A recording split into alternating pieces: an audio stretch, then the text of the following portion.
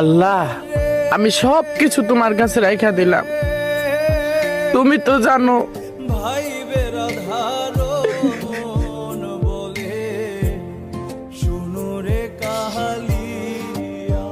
তুমি তো জানো আর ভাই আমার উদ্দেশ্যটা ছিল কি, আমার মনের ভিতরে কি ছিল। আমার মনের ভিতরে তো কোনো খারাপ কোনো উদ্দেশ্য ছিল না। তা আমার এখানে এরকম সব দিক দিয়ে নৈরাশ করলা। আমি হাজার পাপিষ্ট হয়ে আমি তো তোমার বান্দা ছিলাম। তুমি তো চাইলে পারতা আমার একটু সুখ দিতে। আমি তো আর কিছুই চাই নাই। তুমি ধীরে ধীরে ধীরে ধীরে ধীরে ধীরে আমার কাছ থেকে সবকিছু কেড়ে নিলা, সবকিছু দিয়েও কেড়ে নিলা। না পাওয়ার আফসোসই অন্যরকম, পেয়ে হারানোর বেদনাই হচ্ছে অন্যরকম।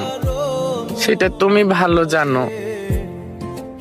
তবে যাই করলা ভালোই করছো।